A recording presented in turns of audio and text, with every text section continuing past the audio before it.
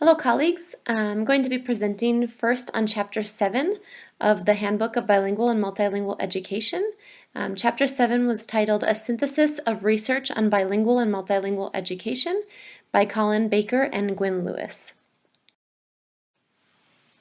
Chapter 7 takes us through a history of research on bilingual and multilingual education. And it starts off interestingly talking about how multilingual education is actually a lot older than we usually assume. Most of the research actually does stem from the 20th century, but this type of education started obviously much earlier than that. The initial research that we tend to read about started in Canada. The first piece of research was the St. Lambert experiment in French immersion school in Canada. And the St. Lambert experiment was very successful in that it showed that this type of bilingual education could actually work. The students involved in the study were largely middle-class, English-speaking students that were learning French within this immersion program in Canada, but the results proved to be very positive. Further studies began to become through individual programs that followed in from the 1970s through the early 2000s, and they examined the effectiveness of different types of bilingual education programs. Following that was a pretty contested study by Baker and Decanter in 1983, and what they did was they compiled a review of 300 pieces of research, but they rejected 261 of those studies. They used the remaining 39 studies to form an argument that looked to be pretty politically motivated, and they took that argument to the U.S. federal government that proved basically that no particular type of bilingual education was superior to any others. And so as a result of that study, the U.S. federal government came to support English-only and transitional bilingual programs. And just quoting the book here on page 141, they said, with assimilation as the apparent educational and political preference behind the conclusions. And that took us into many of the sort of politically motivated programs that we had in the later 20th century. So after Baker and Decanter's study, research began to have to be required to follow some more rules of meta-analysis. Current research, as we know, can be quite complex and often politically driven, but one strand of this research focuses on comparing the effectiveness of different models. So we have a piece of research in 1991 by Ramirez, Yuen, and Ramey, and it compared structured English immersion, early exit transitional programs, and late exit transitional bilingual programs. And interestingly, it found that the late exit programs proved to be more effective. And this is interesting because obviously those late exit programs keep students in their first language for longer than the other programs. Now it's important to note that this study did not include dual language programs, and that proved to be a point of some contested point for some people who were into this research. Now, dual language research is an area that has many years to support it.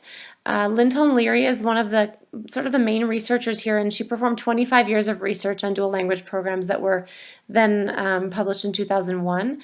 The research tends to measure outcomes in both target languages, students' academic progress, and then also their attitudes towards the languages. It was interesting to look at the book because they noted that one problem with this research is that really students in a dual language program are not a random selection of the population. They're self-selecting because students and their parents choose to become part of a dual language program.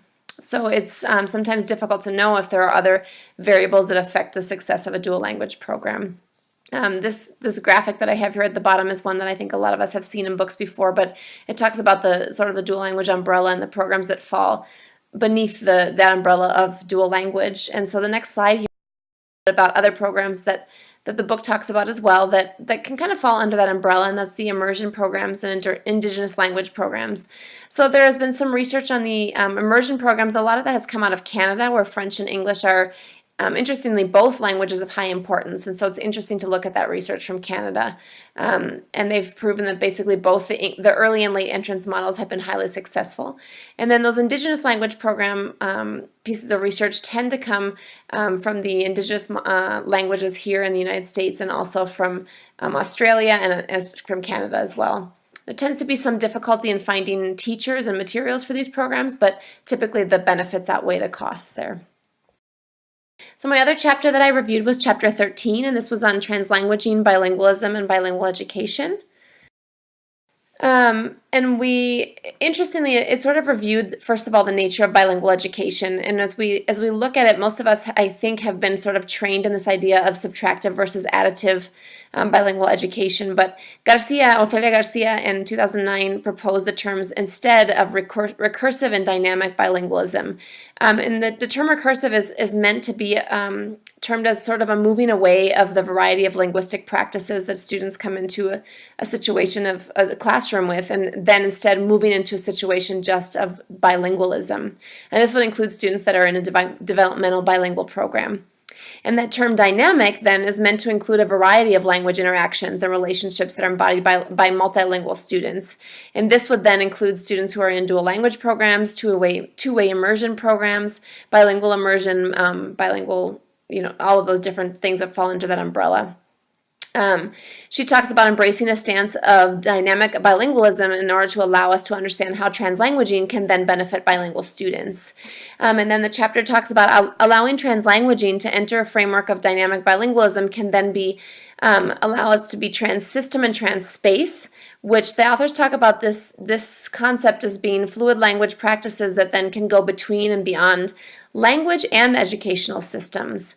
And they can be transformative in nature, which then means it has the power to transform our subjectivities as educators and as students, and our identities as well as our cognitive and social structures.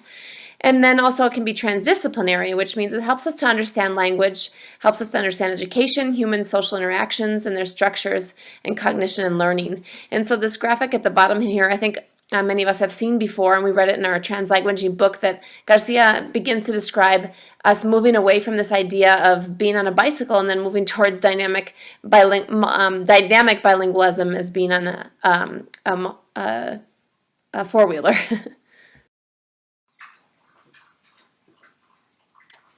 The term translanguaging was actually first used by Ken Williams in Wales, and he was discussing the use of input and output in two different languages in a Welsh-English school. But then Garcia came to define translanguaging as the multiple discursive practices in which bilinguals engage in order to make sense of their bilingual worlds. It's important to note that really translanguaging goes beyond code switching and translating, and it includes thinking, reflection, inner speech, and then multimodal means of learning, so to include reading, writing, note-taking, different types of input and output.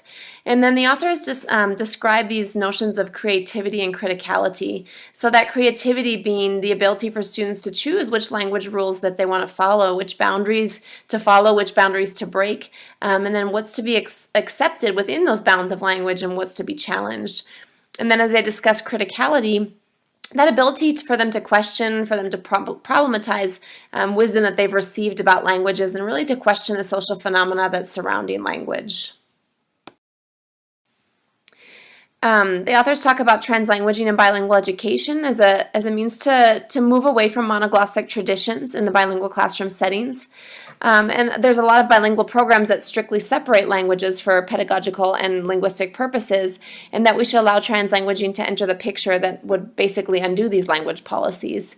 They talk about it being important to protect languages of instruction, specifically those that are in a less powerful position, but it's also important for us to build intentional translanguaging spaces into the day in order for students to be able to build upon their full linguistic repertoires for learning.